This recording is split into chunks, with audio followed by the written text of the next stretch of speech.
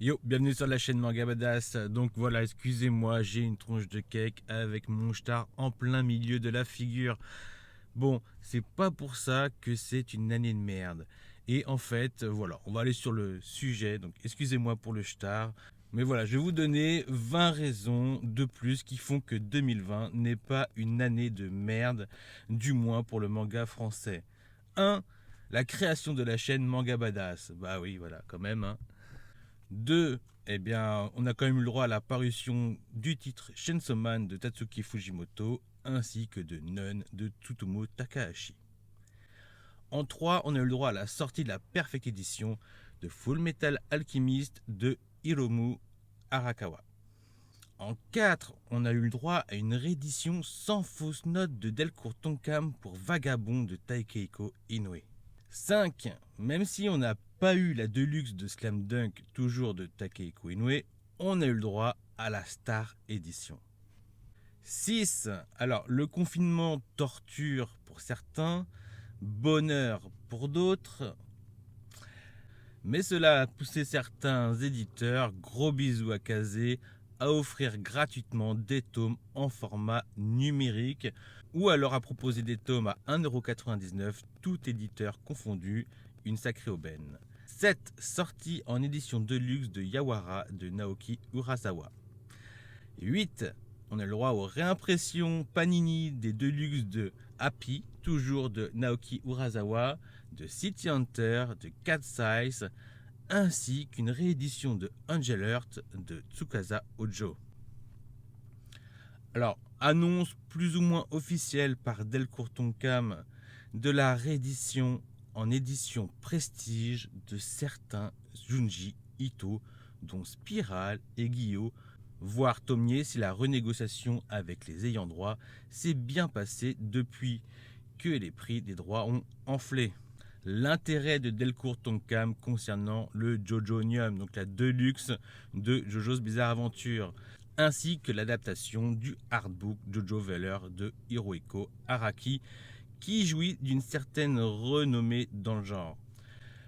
10 ou 11, je sais plus, le projet à venir, on peut supposer qu'en 2021, mais je ne mettrai pas ma langue à couper, qu'ils vont rééditer Gogo Monster de Taiyo Matsumoto en édition Prestige. Il faut savoir que les éditions Prestige sont les projets qui ont le plus souffert des reports à cause des confinements. On va dire 12, réimpression des Doro et Doro par Soleil Manga ainsi que la numérisation de sa licence. Annonce de réédition Panini pour 2021. On parle de Eden, de Sido, de Lone Wolf and Cub, voire Banana Fish pour ceux qui veulent. On a le droit à un reboot de l'anime de Dragon Quest, la quête de Dai, qui lui risque de nous apporter une réédition en France et on espère d'une perfecte comme au Japon ou au pire une réimpression par Tonkam. 14 je crois, je ne sais plus, réédition Panini. Oui, c'est le grand retour de Panini et cette fois-ci c'est pour la Deluxe originale des 20th Century Boys, donc à l'image de la version japonaise.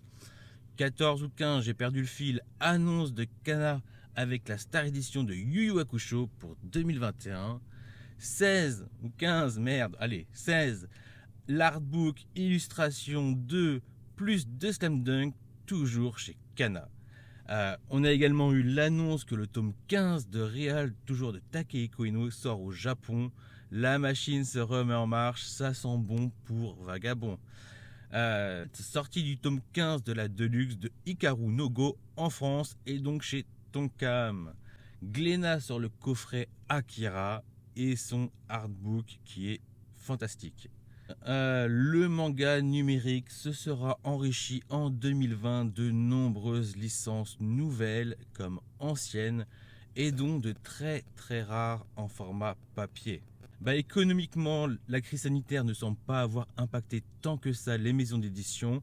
Il faut croire qu'ils ont su s'adapter, mais dans l'ensemble, ils n'ont pas l'air malheureux. On verra ce qu'il en sera en 2021. Tout dépendra du portefeuille et des priorités des ménages en vue de la crise économique dans son ensemble. Tout le monde n'aura pas forcément de l'argent de poche.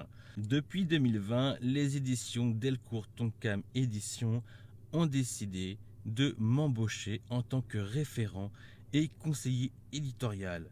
Et ce, suite à ma proposition de créer des jaquettes réversibles afin que les réimpressions ou rééditions de leurs mangas puissent s'harmoniser aussi bien avec les anciennes que ou comme les nouvelles éditions. Ce qui fut accueilli d'ailleurs par les collectionneurs comme une révolution, ce qui d'ailleurs n'a pas tardé à se faire ressentir comme tel dans les ventes des séries que le public boudait à cause de sa non-uniformité dans les collections. On pouvait ainsi nommer Ascension en tête de liste, puis comme pour se jouer de tous les collectionneurs, ils ont continué avec Alice in Borderland, ce qui fut un véritable affront à l'égard des consommateurs historiques de toutes ces licences, mais aussi des consommateurs à venir. Pourquoi l'année 2020 n'est pas pourrie? Je vais acheter ma maison au bord de plage et il est fort possible qu'avant 2021, ma fille Barbara arrive. Voilà, sur ce, je vous dis à bientôt, passez une bonne fin d'année. On se retrouve encore pour une ou deux vidéos avant, et puis je serai peut-être un petit peu plus discret.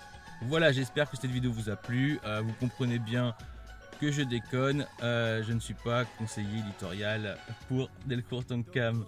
Voilà, donc prenez soin de vous. J'espère vous faire encore quelques petites vidéos avant une absence obligée entre la naissance et le déménagement. En tout cas, prenez soin de vous, lisez des mangas, achetez des mangas, passionnez-vous, faites partager tout ça. Et on se dit à bientôt. Ciao!